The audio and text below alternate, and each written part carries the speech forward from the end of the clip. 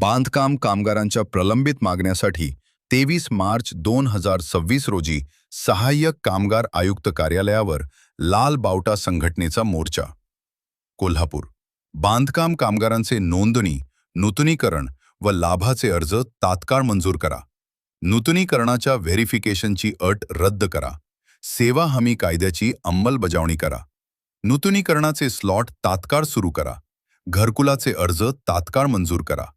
या व अन्य मागण्यांसाठी 23 मार्च रोजी शहीद दिनाच्या निमित्ताने सहाय्यक कामगार आयुक्त कार्यालय कोल्हापूर येथे लाल बावटा बांधकाम कामगार संघटनेच्या वतीने मोर्चा काढण्यात येणार आहे. या मोर्चामध्ये मोठ्या संख्येने भागीदारी करावी असे आवाहन लाल बावटा संघटनेचे जिल्हा अध्यक्ष कॉम्रेड भरमा कांबरे यांनी केले आहे. या मोर्चाच्या निमित्ताने लाल बावटा चॅनलशी बोलताना कॉम्रेड भरमा कांबरे यांनी बांधकाम कामगारांच्या प्रश्नाबाबत परखड मत मांडले. नमस्कार, मी कॉम्रेड भरमा कांबळे, लाल बावटा बांधकाम कामगार संघटनेचा जिल्हाध्यक्ष आणि महाराष्ट्र इमारत व इतर बांधकाम कामगार कल्याणकारी मंडळाचा माजी तज्ञ कमिटी सदस्य. आज मी कोल्हापूर जिल्ह्यातल्या आणि महाराष्ट्रातल्या तमाम बांधकाम कामगारांना आवाहन करत आहेत की आज कोल्हापूर जिल्हा आणि महाराष्ट्रातल्या बांधकाम कामगारांचं नोंदणी, नूतनीकरण आणि लाभ मेडिकल योजना पूर्ण क्षमतेनं सुरू नाही. अनेक योजना मंडळ आणि सरकार बंद करतंय. घरकुल योजनेचा लाभ लवकर दिला जात नाही. त्याचबरोबर 90 दिवसाचा दाखला ग्रामसेवकाने द्यायचं बंद केलेला आहे. प्रसूती, सिझेरियन सारख्या योजना मंडळानं बंद केलेल्या आहेत. आणि विशेष म्हणजे मंडळाचे RO यांचे ID अनेक WC केंद्रामध्ये क्लार्क वापरून त्याचा मंडळाच्या योजनांचा गैरफायदा अनेकांना दिला जात आहे. या सगळ्या विरोधामध्ये लाल बावटा बांधकाम कामगार संघटना आणि बांधकाम कामगार फेडरेशन उद्याच्या 23 मार्चला त्या सगळ्या विरोधामध्ये कोल्हापूरच्या सहाय्यक कामगार आयुक्त यांच्या कार्यालयावरती मोर्चा काढून महाघेराव घालणार आहोत. खरं तर मेडिकल योजनेसाठी प्रत्येक बांधकाम कामगार आणि त्याच्या घरातल्या 3 लोकांचं म्हणजे 4 लोकांचं रक्त काढून घेतलं जातंय. मात्र एकाही व्यक्तीला मेडिकल योजनेचा चांगला लाभ मिळत नाही. आज मेडिकल योजनेमध्ये काय मिळतंय? जर ऑपरेशन करायचं असेल तरच मेडिकल योजनेचा उपयोग होतो, तोही त्या सोयीच्या दवाखान्यामध्ये सोय असेल तर. अन्यथा रक्त काढून मेडिकल योजनेचा ज्या प्रकारचा कामगार आणि कामगाराच्या कुटुंबियांना फायदा पाहिजे तो दिला जात नाही. मात्र प्रत्येक कामगाराचे किमान 4,000 रुपये, एका कामगाराला 3,900 रक्त तपासणीसाठी, तर 4 लोकांचे धरलं तर 16,000 रुपये फक्त एका कामगाराचं रक्त तपासणीसाठी मंडळ त्या ठेकेदाराने देतं.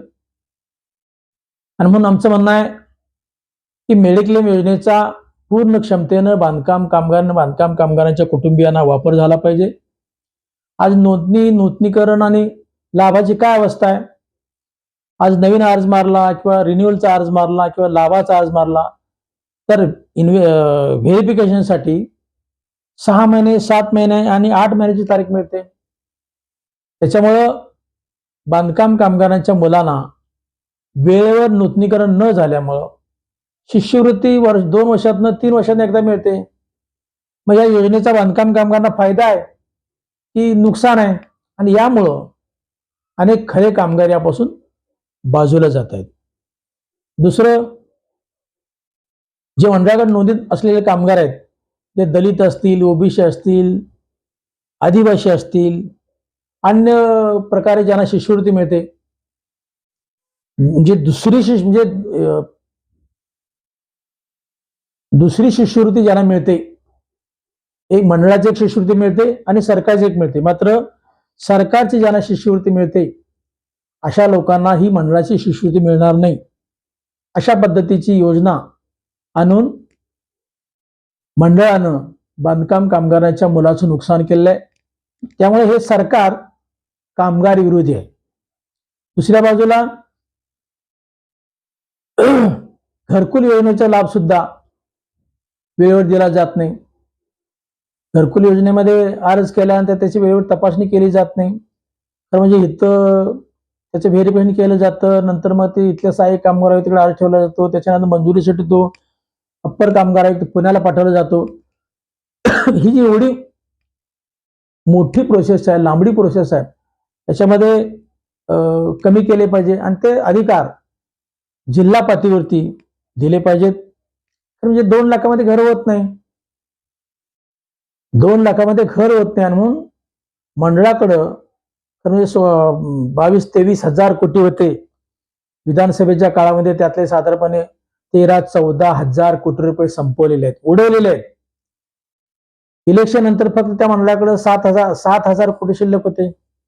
आज काय शिल्लक आहे माहित नाही. मात्र मंडळाचा पैसा बांधकाम कामगारांच्या आरोग्यावरती खर्च व्हायला पाहिजे, बांधकाम कामगारांच्या मुलांच्या शिक्षणावरती खर्च व्हायला पाहिजे, बांधकाम कामगारांच्या निवासासाठी म्हणजे घरासाठी खर्च झाला पाहिजे. पण त्यावर मंडळ खर्च न करता, न मागता पेट्या दिल्या जात आहेत, न मागता भांडी दिली जात आहेत, न मागता रक्त तपासणी केली जाते. यावरती प्रचंड पैसा खर्च करून सरकार कामगाराऐवजी, मंडळ कामगाराऐवजी मक्तेदारांना मोठं करायचं काम करते. गेल्या वर्षी नवीन कामगार मंत्र्यांनी, फुंडकर साहेबांनी, बांधकाम कामगार जे कामगार 60 वर्षावरील आहेत, जे मंडळाच्या नोंदणीपासून बाजूला गेले, अशा कामगारांना पेन्शन वगैरे घोषणा केलेली आहे.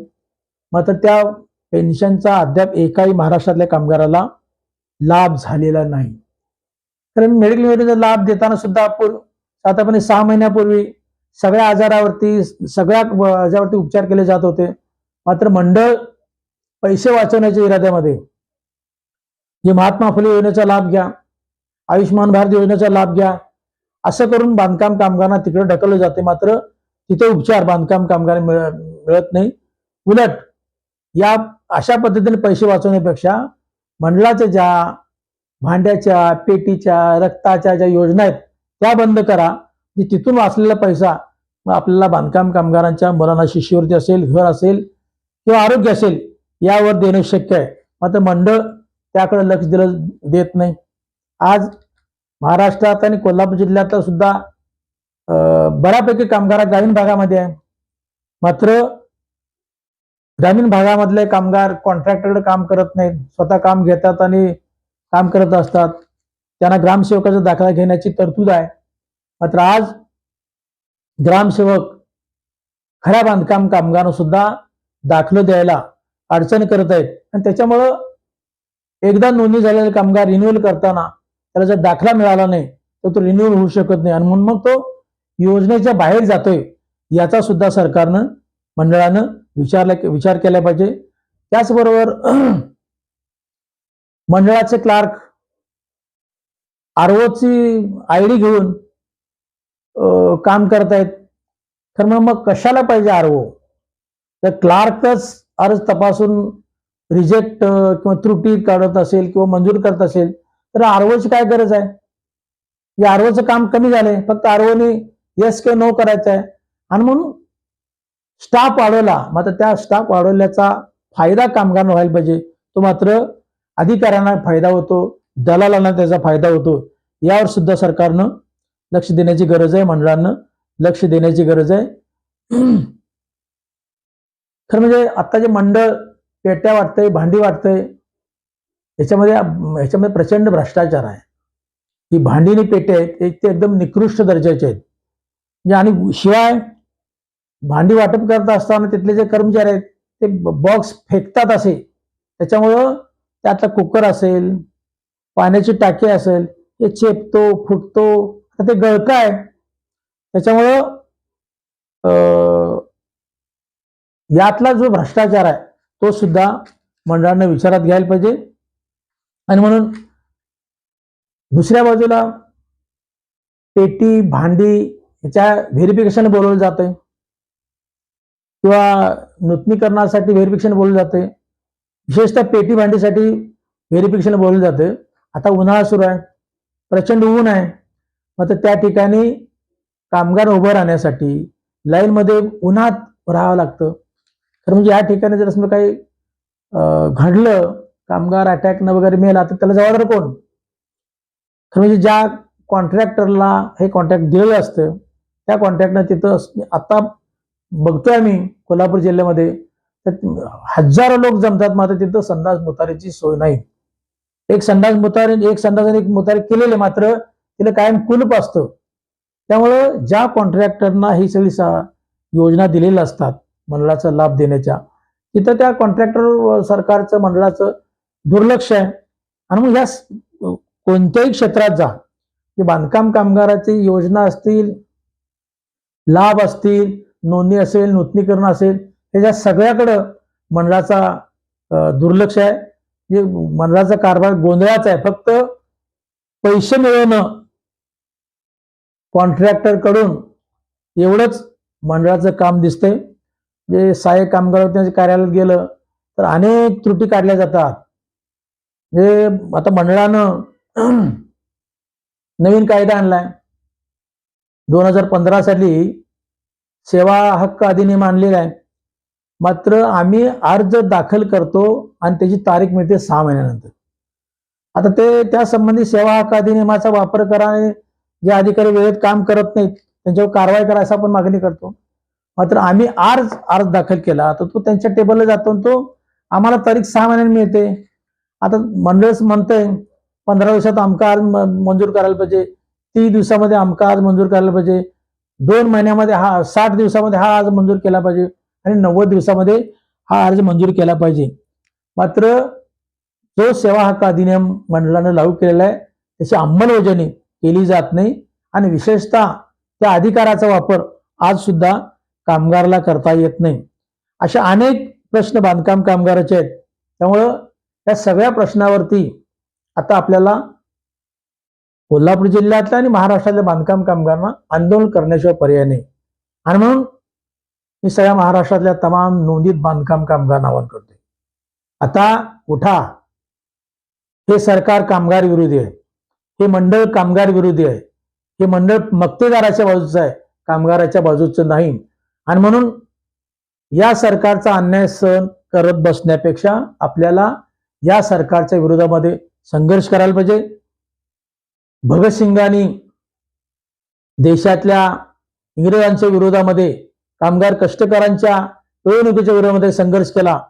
त्याच दिवशी आपण 23 मार्च हा भगतसिंगांचा स्मृतिदिन आहे. त्या स्मृतिदिना दिवशी आपण या सरकारला बांधकाम कामगारांची कोल्हापूर जिल्ह्यातली आणि महाराष्ट्रातली सुद्धा ताकद दाखवून देऊया आणि 23 तारखेला होणाऱ्या मोर्चामध्ये प्रचंड संख्येनं कोल्हापूर जिल्ह्यातल्या कामगारांनी साधारणपणे 11:30-12 वाजता दसरा चौकामध्ये जमून आपण सहाय्यक कामगार कार्यालयावरती प्रचंड असा मोर्चा काढायचा आहे.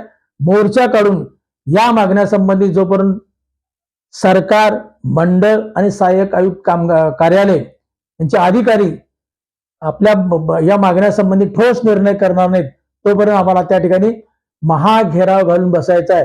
या सगळ्या कार्यक्रमामध्ये कोल्हापूर जिल्ह्यातल्या तमाम नोंदीत बांधकाम कामगारांनी मोठ्या संख्येनं उपस्थित राहावं असं आवाहन करतो. नमस्कार.